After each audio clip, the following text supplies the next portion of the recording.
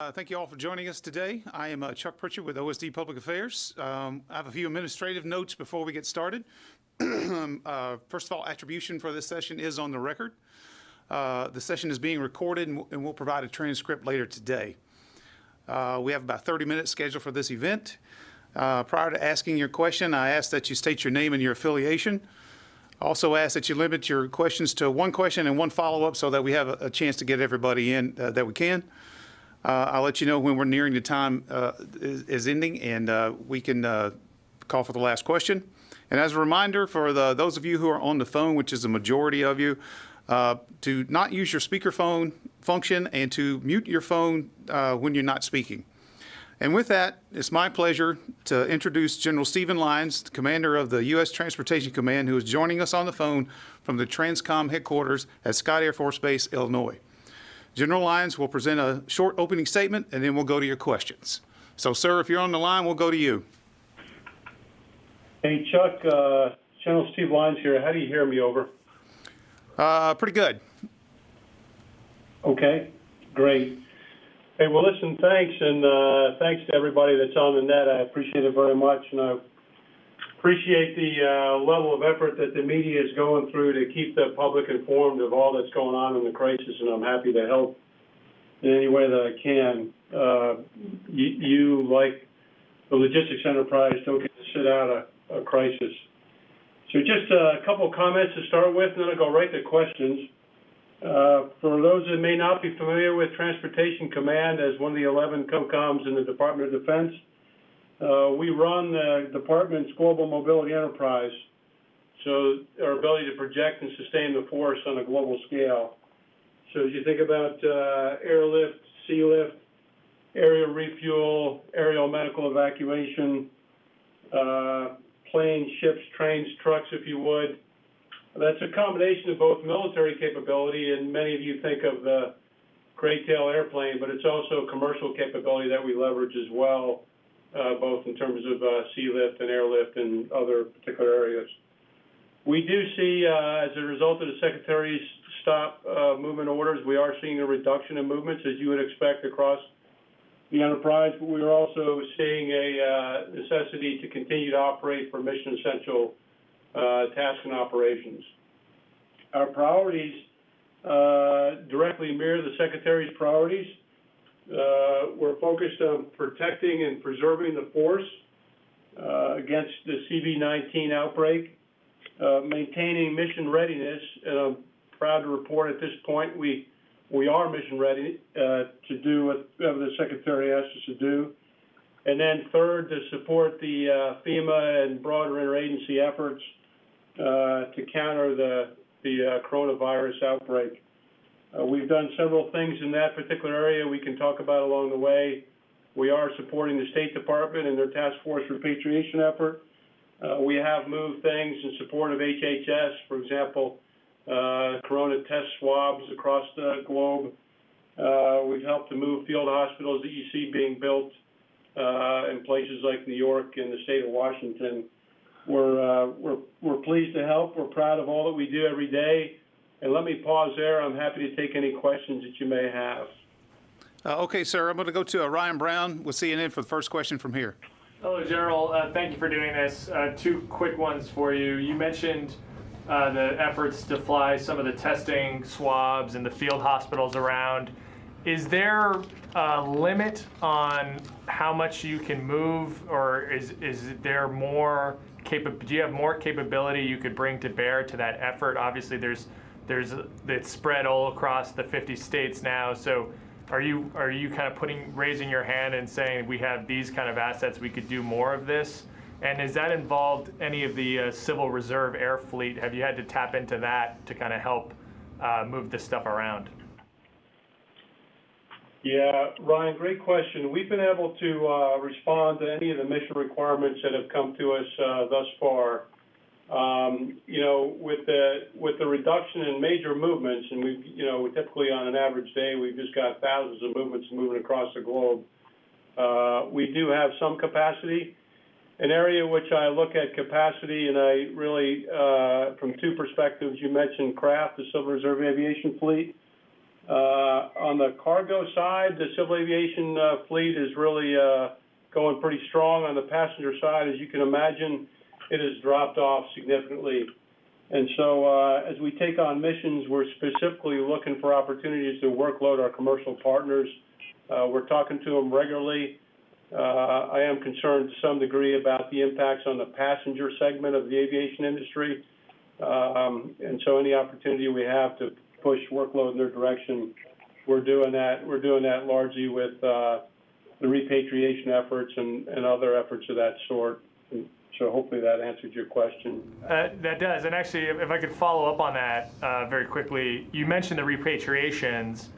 There seems to be a mix. Sometimes it's military, sometimes it's charter. Do you anticipate additional military repatriation flights in the next week or so, or is that now kind of in the civilian transportation kind of hands? Yeah, the way I would describe it is that our main effort in repatriation, those missions that are coming from the task force at the State Department, and the State Department's really done a great job on this. And so we're their overflow valve. Those missions are being workloaded into the commercial sector, aviation sector. So to your point, our craft partners. There are some residual movements that will continue at what I would describe on the margin as we move gray tail aircraft around the globe. Where there's space available, opportune lift, will present opportunities for those geographic commanders to put AMSITs on those as the situation represents. But the main effort will be on commercial airlines. Over. Thank you. Okay. And we'll go to the phone now. Bob Burns, are you on? Yes, I am. Thank you. General, this is Bob Burns with Associated Press. Is TRANSCOM flying test kits or other medical supplies or medical personnel to Guam to assist the Theodore Roosevelt with its COVID-19 outbreak? Bob, we're watching that very closely. We don't have a requirement at the moment specifically, a separate requirement to do that. We do operate regularly what I would call channels, just regularly scheduled missions across the globe. Sometimes people characterize them as Patriot Express. That's the kind of the name of the mission that we have. And those missions will continue to carry whatever priority cargo is required in whatever region of the globe. So I haven't received any specific requirements on the TR, but if something comes our way, we're more than willing to do whatever our Navy counterparts need. Over. Thank you. Okay. We'll come back to the press briefing room here for the next question. General Lucas Tomlinson, Fox News. How do you practice social distancing on a C-17? Oh, please. Sorry. I think the question was, how do you practice social distance on a C-17? Was that the question? Over. That is, sir. Yeah, it's a great question. And obviously, when you're in the cockpit, there's no way to get 6 foot apart. And so, the way that we're managing our flight crews is unique in many ways. And we're trying to create an isolated system of systems, if you would, even in motion. So the way we treat our flight crews, even though they can't create social distancing inside the cockpit, where we billet them is controlled, where they eat from, their food is delivered. So we're trying to create a very concerted cocoon, if you would, over our entire flight crew apparatus. And knock on wood, that seems to be working to date. It allows us to continue mission and protect the force at the same time. But there are, you can't telework and fly a plane, at least not in the lift side of the house. And so there are exceptions, and we're working through to how to mitigate those. Over. Just a follow-up. You mentioned this cocoon and that you can't telework while flying a plane. How many people in TRANSCOM have tested positive for COVID-19? Well, it's a fair question. We're not, we're not talking about numbers related to specific units for many good reasons that we won't talk about specific numbers. What I would characterize, though, is that at this particular moment in time, our COVID positive rates are very, very low, single digits across the entire mobility enterprise. That will change over time. I acknowledge that. And every day we're making a concerted effort to understand how do we protect the force and maintain a level of resiliency to operate this global mobility enterprise for the department. Finally, one last question. How concerned are you with your aircraft flying all over the world with this pandemic globally? How do you keep these crews from picking up the virus somewhere, let's say in Europe, and bringing it back to the United States? Well, it's a great question, and we spent a lot of time working through this issue, and particularly at the air component. But back to, as I was describing earlier, the way we're managing our air crews and our attendants, very, very isolated. You might characterize it as isolation in motion. But as they go into a particular country, they're very, very limited, straight from the aircraft into billets. They don't go out for food. They don't leave the billet until their next mission. And it's a very, very controlled environment, as you can appreciate. And that's how we mitigate moving from a country that might be a level 3 country. They never actually leave that base. And even inside that base, they're very, very controlled. And that's the way we're managing that. Over. Thank you. Okay, before we go on, I remind you again to please mute your phone. We're getting some feedback from somebody. And with that, we'll go to Mr. David Martin with CBS. Are you on the line, sir? I am. General, could you give us some specifics on the number of missions you've flown, both for repatriation and in response to HHS/FEMA? David, specifically those two areas, we have flown to date approximately 3 million COVID test swabs, for example, in support of HHS. That was a very specific mission. We're working broader missions for FEMA as they come.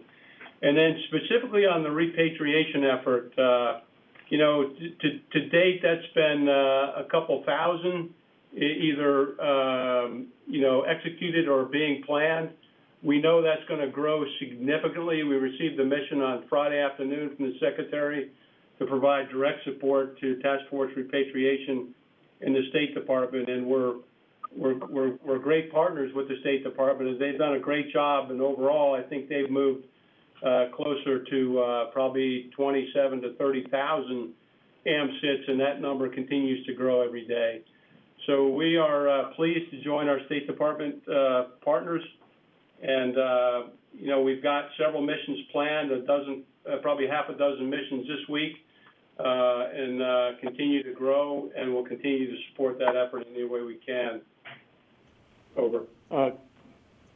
Just to follow up, are those half dozen missions like the previous ones, which sound like they are space available on flights that are normally going from these locations? And on the FEMA missions, are the only FEMA missions you've flown to date the 3 million swabs? Because it sounds like you have a lot of unused capacity right now. Let me answer both questions. On the repatriation effort, no, those are very, very specific scheduled missions. We stood up an actual repatriation task force here at TRANSCOM that's linked directly to state, and we are scheduling commercial passenger airlines for those specific repatriation missions in support of the State Department. There will still be small numbers that move on a space available basis, but the main effort is through our Civil Reserve Aviation Fleet partners that we use on a day-to-day basis. On your second question with regard to support to FEMA, interagency, HHS, et cetera, there is more work ongoing for sure. I highlighted the 3 million swabs. We're supporting the transportation support for NORTHCOM is to move the hospitals, for example, up into the Javits Center, up into Seattle, and many other mission assignments as they come. So as missions come our way, we're prepared to support that. The Secretary has made it clear that that's a line of effort, a priority line of effort, and we're prepared to respond to that. And working very, very closely with NORTHCOM, FEMA, and all the other agencies as things and frankly, there's just hundreds of missions every day that move from the Defense Logistics Agency and other agencies like that that don't even come up above the radar.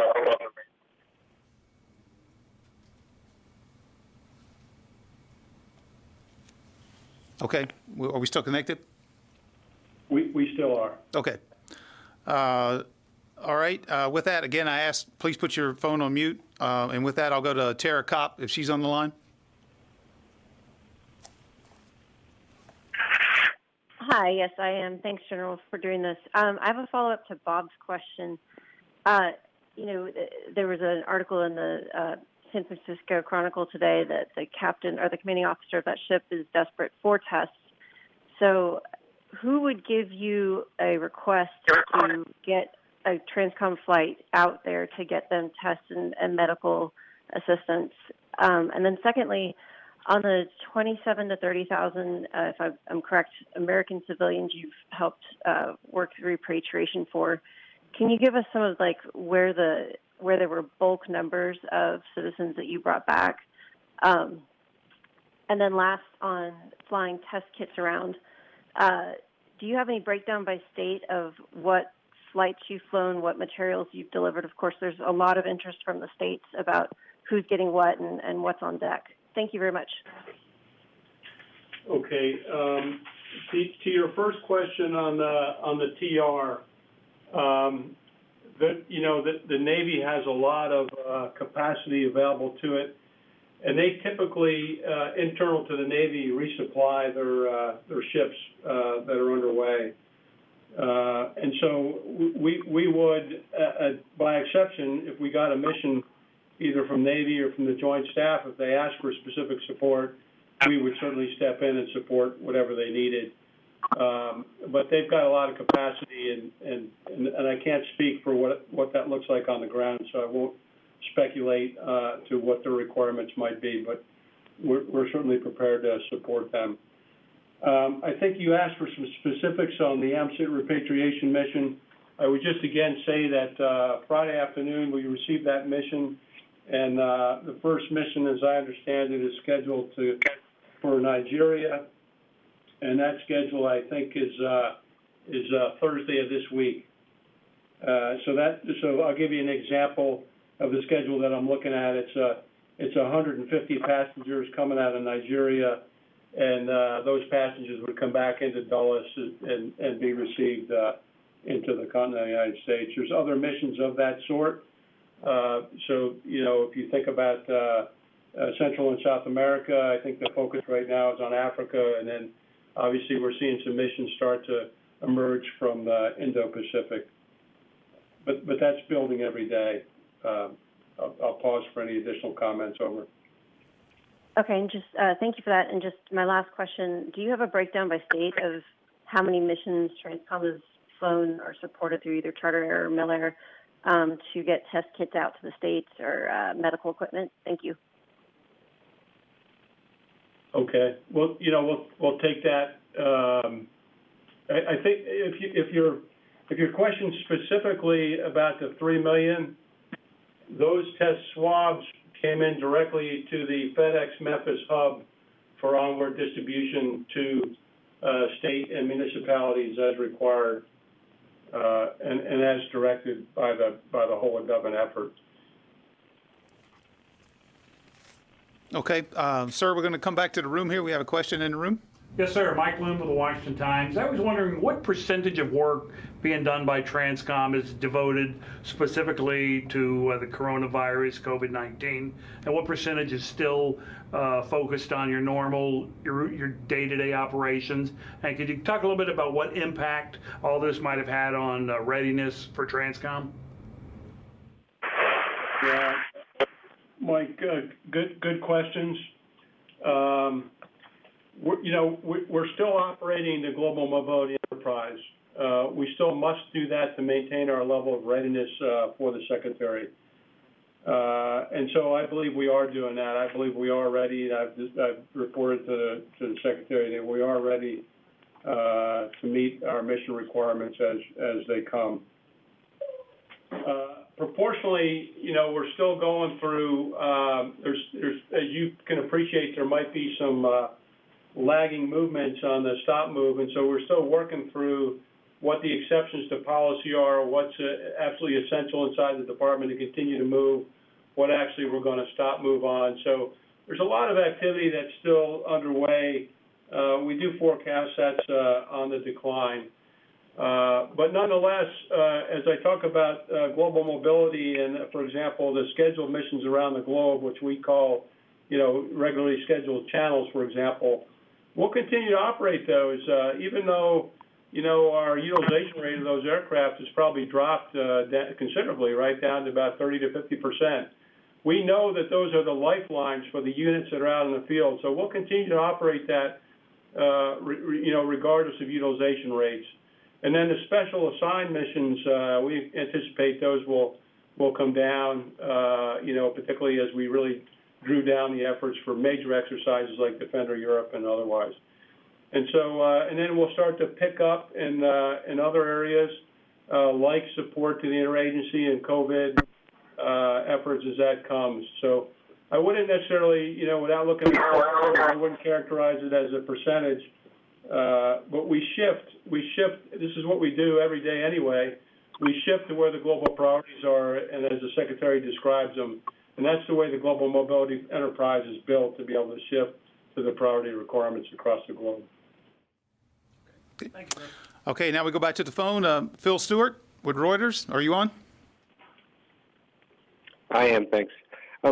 Question about just your role in internal domestic U.S. potential support. Are you developing any plans to potentially help ensure logistics, transportation of basic goods in the United States should the supply chain in the United States break down? Thanks. Well, the domestic freight, both rail and motor freight, that we utilize as a Department of Defense is largely a commercial backbone. And so we're working very, very closely with our commercial partners and the Department of Transportation. And all indicators are that freight is actually moving, and in some areas it's actually spiking, like on air freight, in ways that we wouldn't have seen otherwise. So domestic freight it's a good sign because that supply chain must move regardless, right? I mean, the logistics underpinning of the nation must continue. And so we're working with the Department of Transportation as they look at this, and they want to ensure that there's continued freight across the continental United States, for example, any policy implications that they need to look at. And so we do not see any downturn in freight for the most part. There are some specific sectors that will be impacted. I mean, we're working very, very closely with the household goods industry because at this time of year we would normally be on a steep ramp to the summer peak season. And now we've really kind of throttled back on that mission set. And so, every industry sector is a little bit different. Passenger airlines, very concerned about passenger freight is up. Freight, surface freight, motor freight, rail freight continues to run unimpeded. And then I think to your broader question, for example, if the commissary or exchange services that support our families and service members overseas were at all degraded we're certainly prepared to step in, and we've been talking to Defense Commissary Agency about those kind of contingency plans. So hopefully that helps answer your question. Over. But, I mean, is there any sense that TRANSCOM may have to play a more active role in doing the basic movement of goods in the United States domestically? Not on the private sector commercial side. There's no indicator that would be required. We would use very similar sets of commercial providers as exist today in the existing supply chains.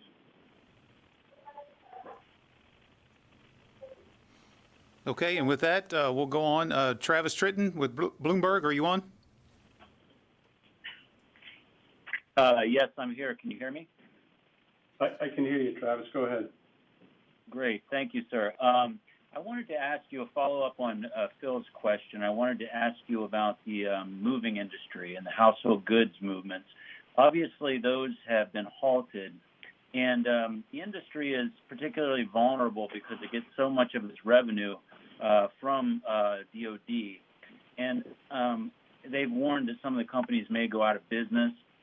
I'm wondering if you're concerned if the domestic moving industry could be gutted by this outbreak, this pandemic, and if this could further reduce the capacity to move troops around when we eventually do come out the other side, which has obviously been a big issue. And then I have a follow-up question as well. Well, I think your question's an excellent question, and the answer is yes. I am very, very concerned, especially for our small business partners that make up so much of the the household good moving industry. We're very, very active in our communication, both with the industry sector and the services who are managing the exception to policy on the moves to make sure we're at least seeing things the same way in terms of managing expectations and workload.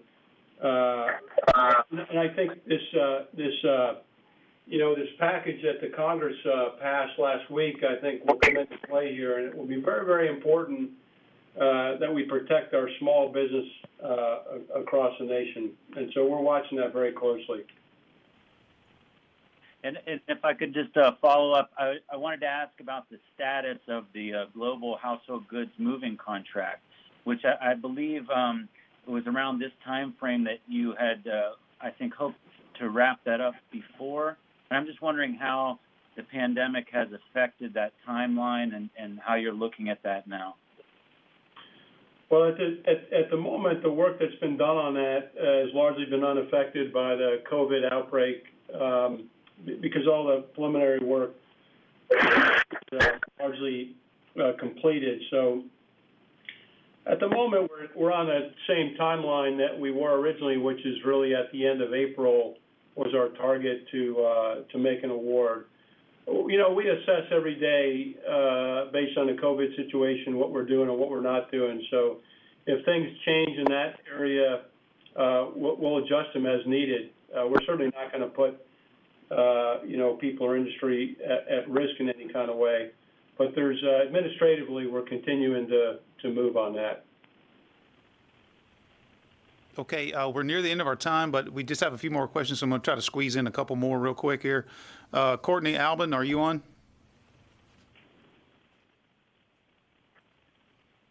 Courtney? Hi, yes. Thanks for taking my question. I wanted to ask a broader tanker capacity question. The Air Force announced yesterday that they'd elevated a new KC-46 Cat 1 deficiency involving excessive fuel leaks. Are you concerned about how this issue might impact the program's delivery schedule along with the other Cat 1 deficiencies? And are you making any progress with the Air Force and Congress on finding ways to mitigate the capacity gap there? Yes, Courtney. Yes, I believe we're making progress with the Air Force and Congress to ensure that we retain taskable capacity for the combatant command to support the joint force. While simultaneously the Air Force works through the technical issues with Boeing to make sure that the KC-46 presents a viable capability that can essentially, basically refuel everything that the KC-135 refuels today. I'm not going to get in, I'm not going to get ahead of the Air Force in their negotiations with Boeing specifically. I can tell you that things have been much more optimistic here of late. I think the big key there is to move to a mutually agreed upon technical solution and lay out those timelines. For me specifically, I know that we've got to preserve aerial refuel capability to support the Joint Force until such that the KC-46 is presentable. And we're working with the Air Force on that, and I do think we have a good agreement on a bridging strategy at this particular point. Thanks for the question. Okay, and I'm going to, real quickly, I'm going to go to Jeff Skogel, if he's on. Hi, this is Jeff Schobel with Task and Purpose. I'm just curious, has Air Mobility Command medevaced any patients to civilian hospitals or to military hospitals due to COVID-19?